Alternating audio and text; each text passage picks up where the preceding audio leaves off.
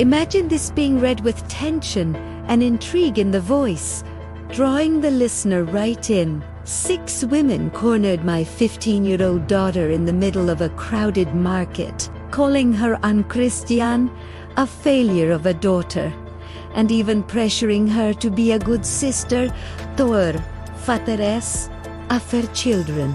That was the breaking point. They thought they could shame my daughters into submission. But what they didn't know was that I had every dirty secret of my ex-husband and his family neatly documented. And I was about to deliver a reckoning they would never forget. If you ever dreamed of delivering perfect justice to someone who tried to ruin your family, you're going to love this story. Make sure you smash that like button, subscribe if you want more wild revenge stories every week, and let's get into how I turned humiliation into payback. Okay, let me set the stage. I am a 46-year-old mom of 2 incredible teenage girls, minus 17 and 15. We've been through a lot in the last year. Their father, my ex-husband, passed away in a sudden accident, and while you'd think tragedy might bring a family together, in our case, it ripped open every wound, every secret, and every betrayal. See, my ex wasn't just a flawed husband. He was living a double life. While married to me, he was cheating with another woman. And not only that, he fathered 2 sons with her. To make matters worse, that woman also died in the same accident, which left those 2 boys orphaned, and left my daughters traumatized by the discovery of their father's betrayal. Now, you think the grandparents, my ex, as parents, would have shown kindness and compassion to their granddaughters during all this turmoil. Instead, they doubled down. They tried to file for custody of my daughters, dragging us into court. And when that didn't work, they tried to force themselves into my home. They wanted to move in, as if I owed them a place in my house after everything. Spoiler alert, that was never going to happen. So, tensions were already. My daughters were in therapy, processing both grief and betrayal, and I was just trying to hold our little family together. One weekend, I took my girls to our town's farmer's market. It was supposed to be a happy day. My youngest had just turned 15, and since her birthday party was scheduled for later in the month, I gave her some cash to go buy whatever her heart desired. She ran around happily, filling her basket with chocolate and sweets, her sister by her side. But then, over an hour later, I got the phone call that made my stomach drop.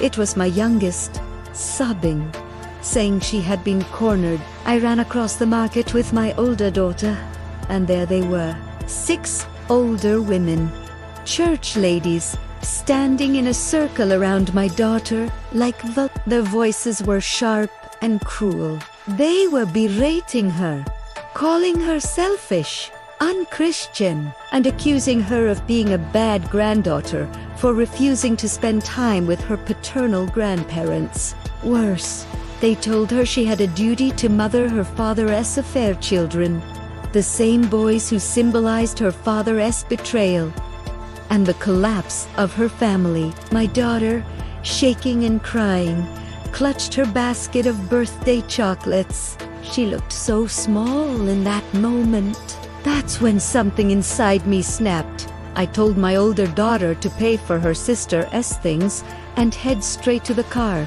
Then I stepped into the circle myself.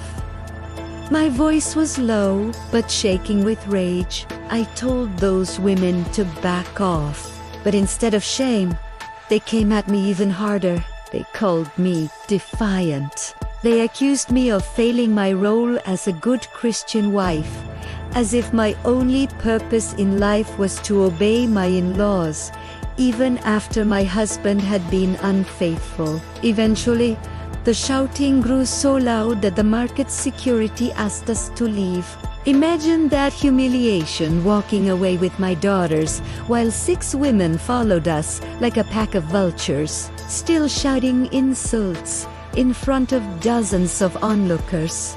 That night, after tucking my daughters into bed, I sat in silence for a long time. My hands were trembling, part anger, part grief. But then came the clarity. I opened Facebook, and there it was. A post from my ex-mother-in-law in the church's community group.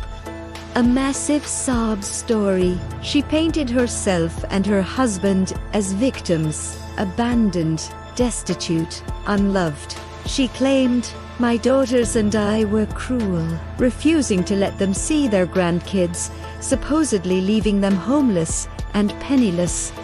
And the kicker, she twisted the existence of my husband's affair children into a lie, claiming the other woman had been our surrogate. According to her, I had rejected those boys simply because they were male. That was beyond disgusting, and people were buying it. Comment after comment, offering sympathy, prayers, support. Some even encouraging those women to confront us in public, which explained the ambush at the market. But here's the thing.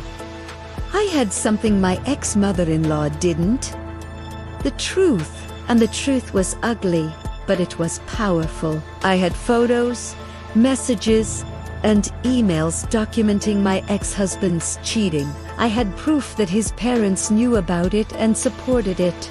I had texts where they harassed me, mocked me, and even blamed my daughters for their father's death, telling them they were bastards who had brought shame to the family. 2 days after their father's funeral, my in-laws were already telling my children they were responsible for his death because they told me about his affair. That was the final straw. If they wanted to weaponize their church against me and my daughters, I was about to show the church exactly who they were defending.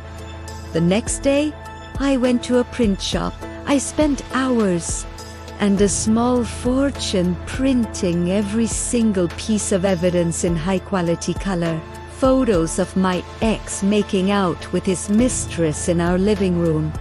Screenshots of text messages dripping with betrayal. Emails where his parents supported his lies. And most damning of all, the messages where they bullied my daughters, calling them names, blaming them for things no child should ever carry. When I got home, I carefully assembled it all into binders. Not just any binders. I designed them to look almost identical to the little hymn booklets that church members picked up before every Sunday service. On the cover, a plain title, "The Love Story of Ex's Name and Mistress's Name." And on the very first page, that photograph, my ex and his mistress in our home. Their face is unmistakable. I drove to the church early the next Sunday, slipped the binders onto the back desk, right alongside the regular hymn, and then I waited. The gossip spread like wildfire. By the end of service, nearly everyone had seen the binders. People gasped, whispered. Some shouted in outrage. On Facebook, the tone flipped overnight. My ex-husband and his mistress were dragged through the mud. People called them every name you can imagine. Some so vile the pastor had to step in to keep the group from imploding. But the worst fallout was reserved for my in-laws. Once the congregation realized they had supported my ex's cheating, harassed my daughters, and lied about surrogacy to cover it up, They turned on them completely. The same people who had blindly supported them now shunned them. Invitations dried up. Phone calls stopped. Even their closest allies in the church backed away. Eventually, they had no choice but to leave the church altogether, and my ex-mother-in-law, once so smug and powerful, was reduced to pitiful Facebook posts about how no one cares for the elderly anymore. You know, revenge doesn't erase the pain. My daughters still grieve their father, and they still grapple with his betrayal. But what it did do was restore some balance. It gave them back their dignity, and it showed those women that we weren't powerless. Sometimes the truth is the most powerful revenge of all. If this story gave you chills, go ahead and hit that like button. It really helps the channel out. And tell me in the comments, what is the most satisfying revenge you've ever seen or done yourself?